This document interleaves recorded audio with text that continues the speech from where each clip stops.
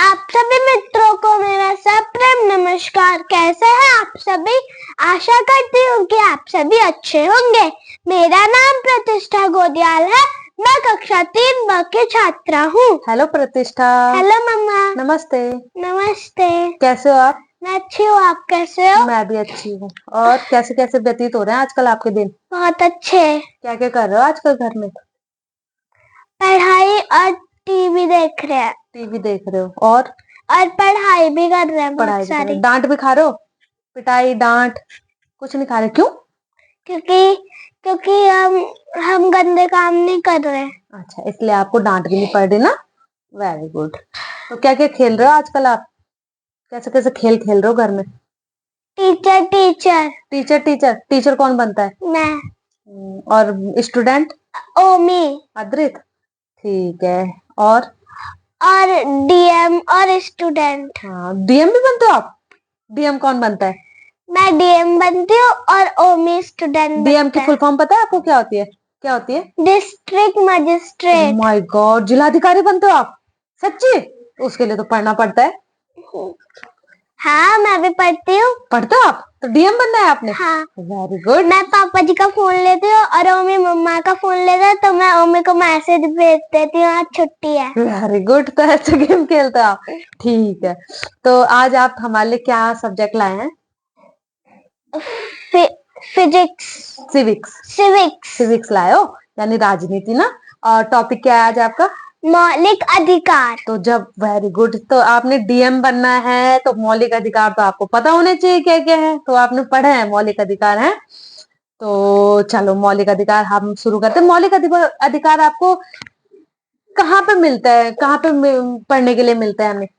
संविधान में। संविधान में। Very good. यानी संविधान में हमारे मौलिक अधिकार लिखे हुए हैं। तो चलो शुरू करें।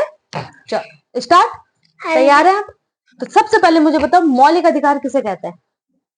मौलिक अधिकार वे बुनियादी अधिकार और स्वतंत्रताएं हैं जो किसी देश नागरिकों को संविधान के जरिए दिए जाते हैं। ये अधिकार व्यक्ति के जीवन के लिए बहुत जरूरी होते हैं तथा इनके बिना व्यक्ति का विकास रुक सकता है। Very good. मतलब आपने बताया कि मौलिक अधिकार वे बुनियादी अधिकार हैं, वह स्वतंत्रता है जो किसी देश के नागरिकों को संविधान के जरिए, जो मतलब कोई सा भी देश होता है, संविधान के जरिए दिए जाते हैं। और ये अधिकार क्या होते हैं? व्यक्ति के जीवन के लिए बहुत जरूरी होते हैं। अगर ये हमें अधिकार नहीं मिलेंगे तो व्यक्ति का क्या होता है? विकास रुक सकता है। Very good. मतलब वेरी गुड, आपने बहुत अच्छा समझाया कि मौलिक अधिकार किसे कहते हैं। अब आपको पता है ये अधिकार ना न्यायपूर्ण होते हैं, है ना।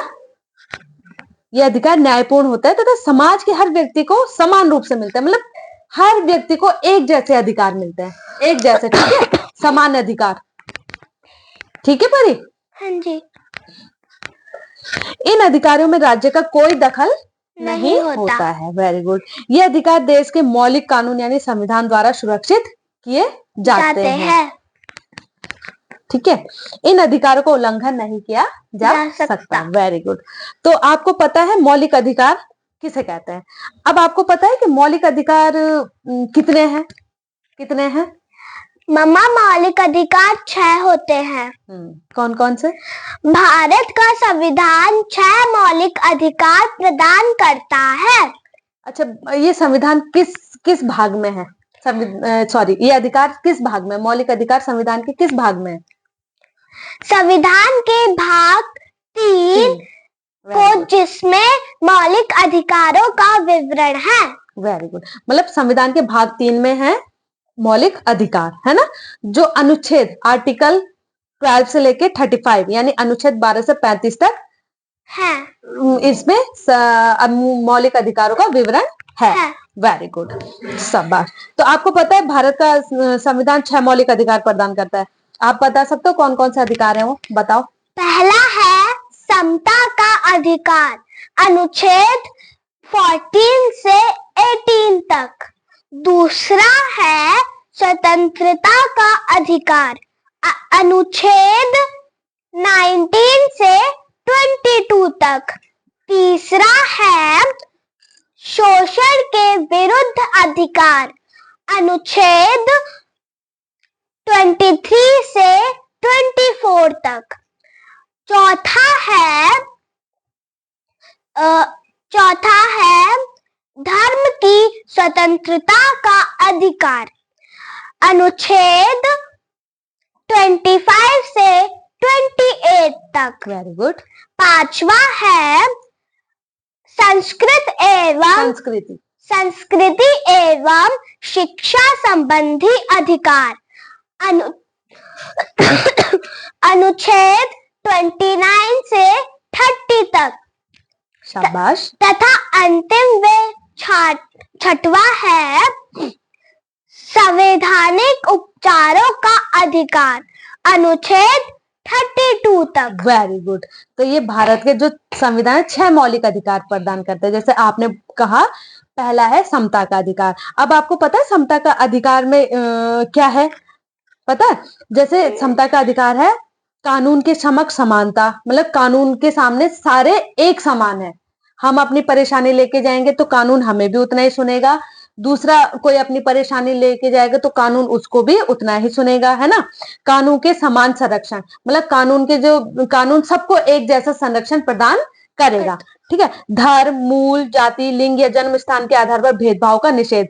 अब ये क्या है? धर्म, मूल, जाति, लिंग तथा या जन्म स्थान के आधार पर भेदभाव का निषेध होगा।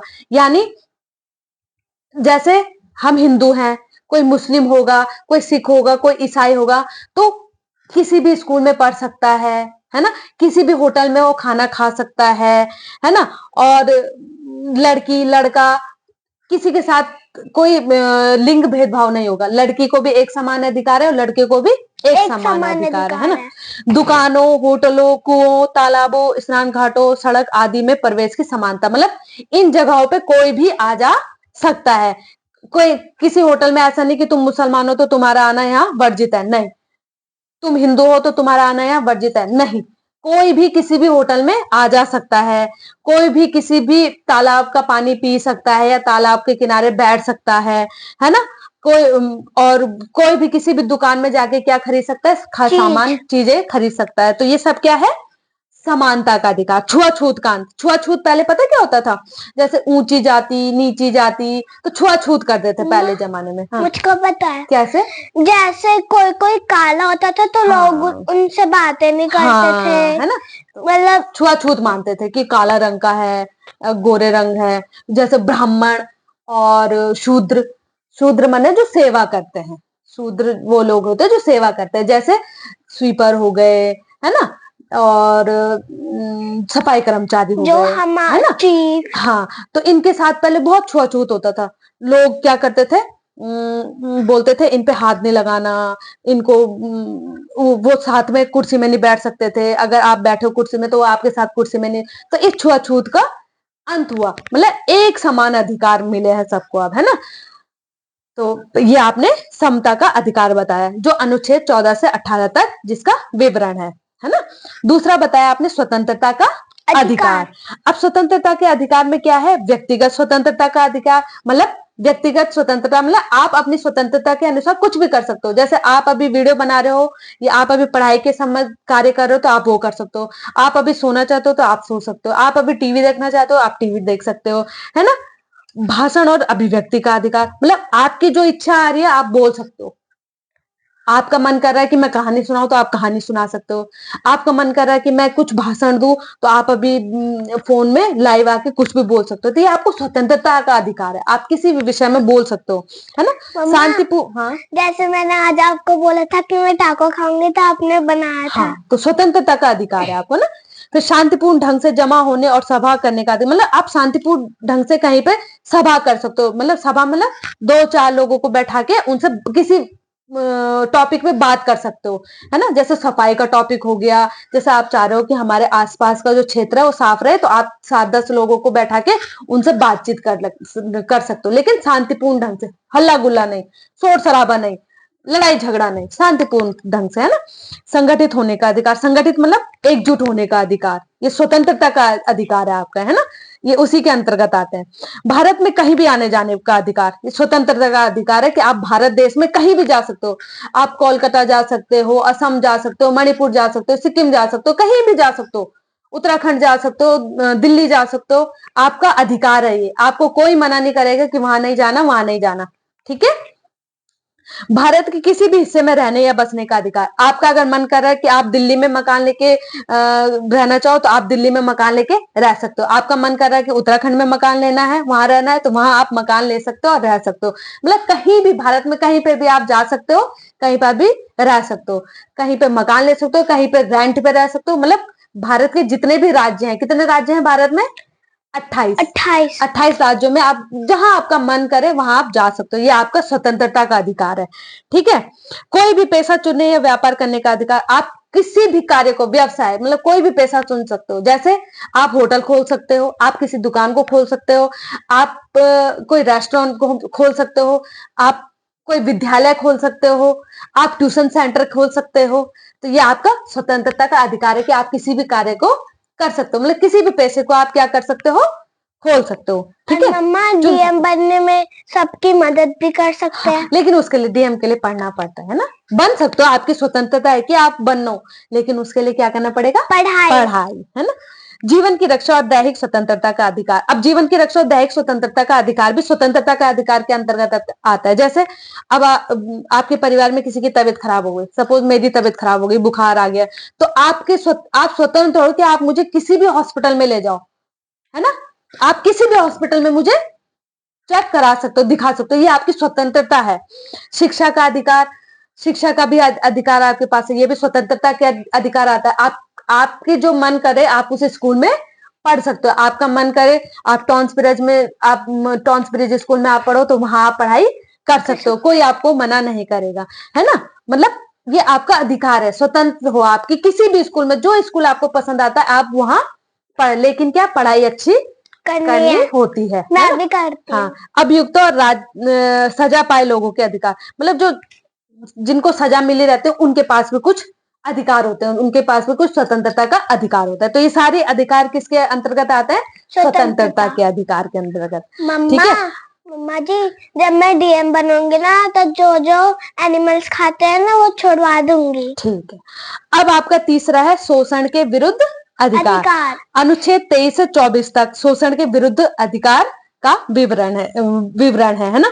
अब इसमें क्या है? शोषण के विरुद्ध अधिकार, मानव के दुर्व्यापार और बंधुआ मजदूरी पर लोग, आपने देखा है बहुत सारी जगहों पे फैक्ट्रियों में छोटे छोटे बच्चे क्या करते थे? बंधुआ मजदूरी, है ना। बहुत सारे बड़े लोग भी, बंधुआ मजदूरी होती है कि किसी से काम करवाना, बहुत मतलब टाइम से अधिक काम करवाना और उनको पैसे कम देना, ये होता है बंधुआ मजदूरी, है ना।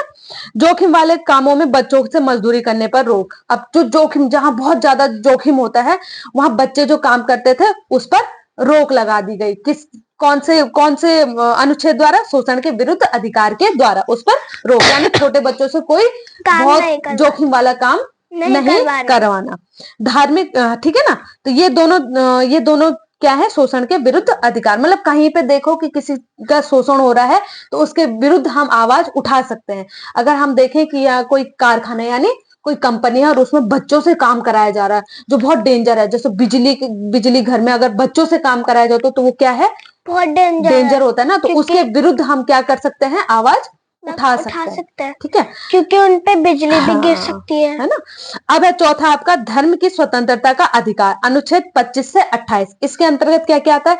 आशा प्रार्थना की आजादी, मतलब आप किसी भी धर्म, जो आपके धर्म है उसके प्रति आस्था को और प्रार्थना कर सकते हैं। जैसे आपका हिंदू धर्म है तो हिंदू धर्म के प्रति आप आस्था रख सकते हो और उसकी जैसे आप प्रार्थना कर चाहो, जैसे आप पूजा पाठ करना चाहो कर सकते हो। ये आपकी आजादी है, ये आपको धार्मिक स्वतंत्रता का ये अधिकार हमें मिला हुआ है, मतलब हम आजाद हैं।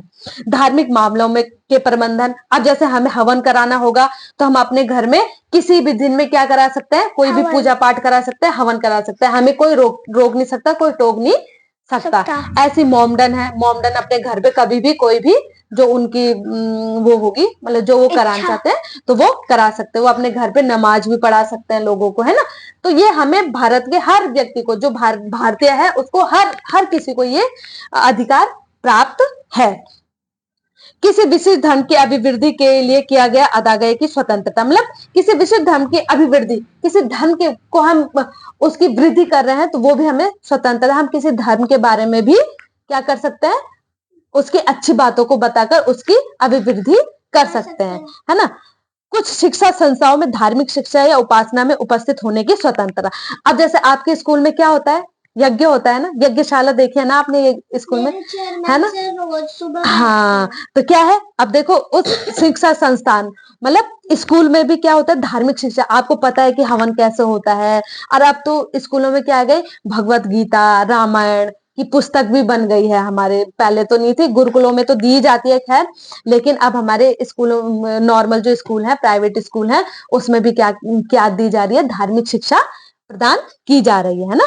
तो ये हाँ, हमारे स्कूल में तो चेयरमैन सर की वजह से, हाँ, क्योंकि वो रोज हनुमान चालीसा पढ़ के यज्ञशाल करते हैं। हाँ, है ना, यज्ञ में बैठते हैं। तो ये क्या है, हमें आजादी है, मतलब हम स्कूल, अपने स्कूलों में भी ये चीजें कर सकते हैं, धार्मिक धर्म की चीजें अपना सकते हैं, क्योंकि धर्म हमेशा अच्छी बातें बताता है, बुरी बातें नहीं बताता। इसलिए ये हमें स्वतंत्रता का अधिकार है कि हम धर्म की क्या करें, अपने धर्म की उपासना हम अपने तरीके से कर सकते हैं, ठीक है।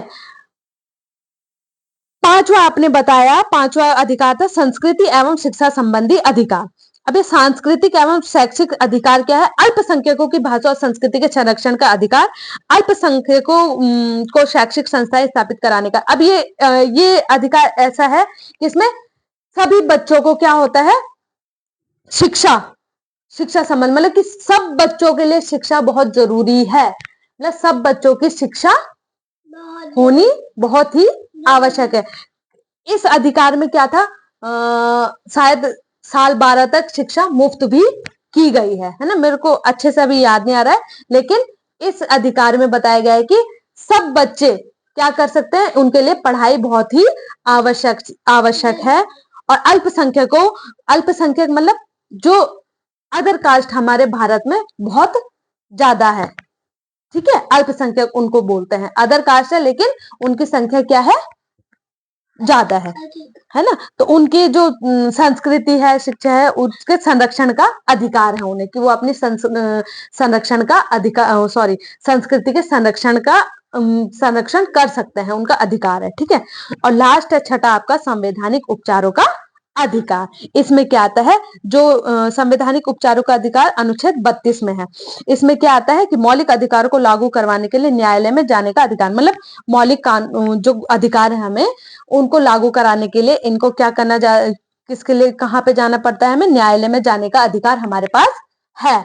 कोई जैसे सपोज अगर हमें स्वतंत्रता का अधिकार है और कोई हमें, हम अपने घर में है, बात कर रहे हैं और कोई हमें बोल रहा है कि नहीं तुमने बात नहीं करनी, तो हम अपनी क्या ये समस्या लेके कहाँ जा सकते हैं, न्यायालय में जा सकते हैं, ठीक है, कि ये भाई हमें हमारे घर में बात नहीं करने दे रहे, ये हमें चुप रहने के लिए बोल रहे हैं, तो हम जा सकते हैं। तो इस प्रकार के जितने भी हमारे ये अधिकार है ना, ये 6 मौलिक अधिकार, इन अधिकारों के विषय में हम न्यायालय में जा सकते हैं। Very good. तो आपने ये 6 अधिकार बताए, बहुत अच्छा। अच्छा, आपको ये पता है इन अधिकारों को, इन मौलिक अधिकारों को आप जानते हो संविधान के जो भाग 3 में है ना, ये अनुच्छेद 12 से 35 तक, इन मौलिक अधिकारों को भारत का मैग्ना कार्टा भी कहा जाता है, की संज्ञा दी गई है, मैग्ना कार्टा की संज्ञा दी गई है। क्यों दी गई है पता आपको, क्यों कहा जाता है कि मैग्ना कार्टा अधिकारों का वह प्रपत्र है जिसे इंग्लैंड के किंग जॉन द्वारा 1215 में सामंतों के दबाव में जारी किया गया था, है ना। तो इसको भारत का मैग्ना कार्टा भी कहा जाता है।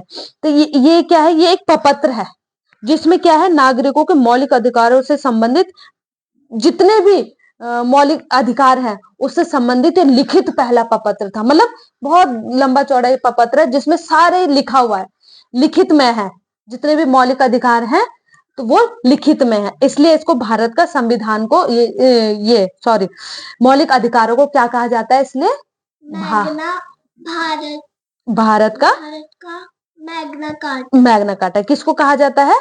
ये संविधान के भाग 3 को, जिसमें अनुच्छेद 12 से 35 तक के मौलिक अधिकार सम्मिलित हैं, इनको भारत का मैग्ना कार्टा की संज्ञा दी गई है। ठीक है, वेरी गुड। अब आपको पता है ये 6 मौलिक अधिकार तो आपने बताया, इनमें से एक अधिकार और था, 7वां अधिकार भी था, संपत्ति का अधिकार।